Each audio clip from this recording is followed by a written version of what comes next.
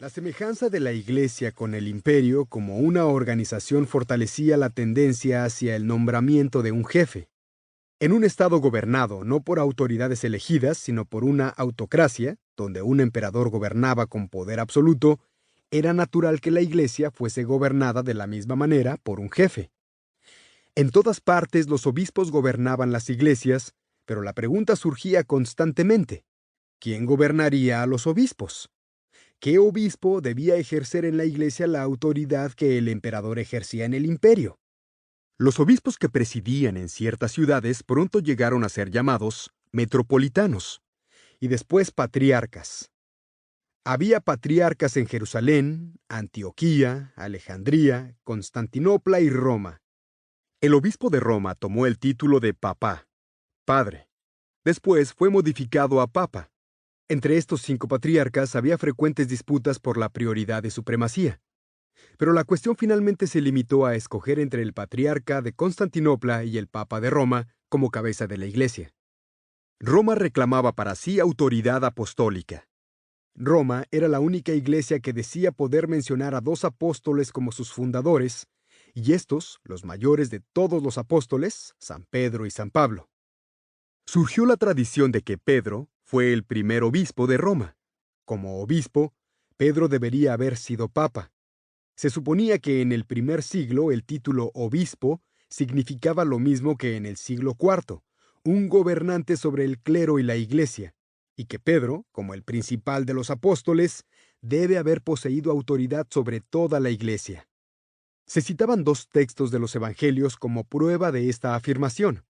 Uno de estos puede verse ahora escrito en letras gigantescas en latín alrededor de la cúpula de la iglesia de San Pedro en Roma. Tú eres Pedro, y sobre esta piedra edificaré mi iglesia. El otro es: apacienta mis ovejas. Se aurgía que Pedro fue la primera cabeza de la iglesia.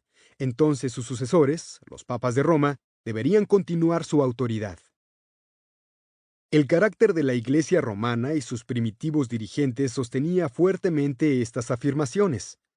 Los obispos de Roma eran por lo general hombres más fuertes, sabios y que se hacían sentir por toda la iglesia. Mucha de la antigua calidad imperial que había hecho a Roma la señora del mundo moraba aún en la naturaleza romana. En esto había un notable contraste entre Roma y Constantinopla. Originalmente Roma había hecho a los emperadores, mientras que los emperadores habían hecho a Constantinopla, y la habían poblado de súbditos sumisos. La Iglesia de Roma siempre había sido conservadora en doctrina, poco influenciadas por sectas y herejías, permaneciendo en aquel entonces como una columna de la enseñanza ortodoxa. Este rasgo incrementaba su influencia por toda la Iglesia en general. Además, la Iglesia de Roma desplegaba un cristianismo práctico. Ninguna iglesia le sobrepujaba en su cuidado por los pobres, no solo entre sus propios miembros, sino aún entre los paganos en tiempos de hambre y pestilencia. Había dado ayuda liberal a las iglesias perseguidas en otras provincias. Cuando un funcionario pagano en Roma demandó los tesoros de la iglesia, el obispo congregó a sus miembros pobres y dijo: «Estos son nuestros tesoros». El traslado de la capital de Roma a Constantinopla, lejos de aminorar la influencia del obispo o papa romano, la aumentó considerablemente. Hemos visto que en Constantinopla el emperador y su corte dominaban a la iglesia. El patriarca era por lo general subalterno del palacio imperial, pero en Roma no había emperador que sobrepujara e hiciese sombra al papa. Él era el potentado mayor en toda esa región. Europa siempre había mirado a Roma con reverencia.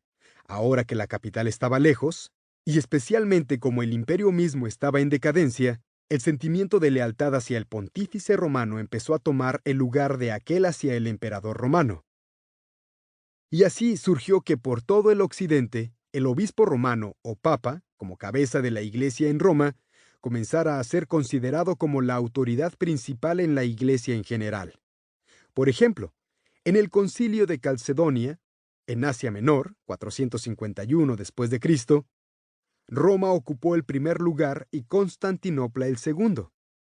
Se estaba preparando el camino para pretensiones aún mayores de parte de Roma y del Papa para los siglos venideros.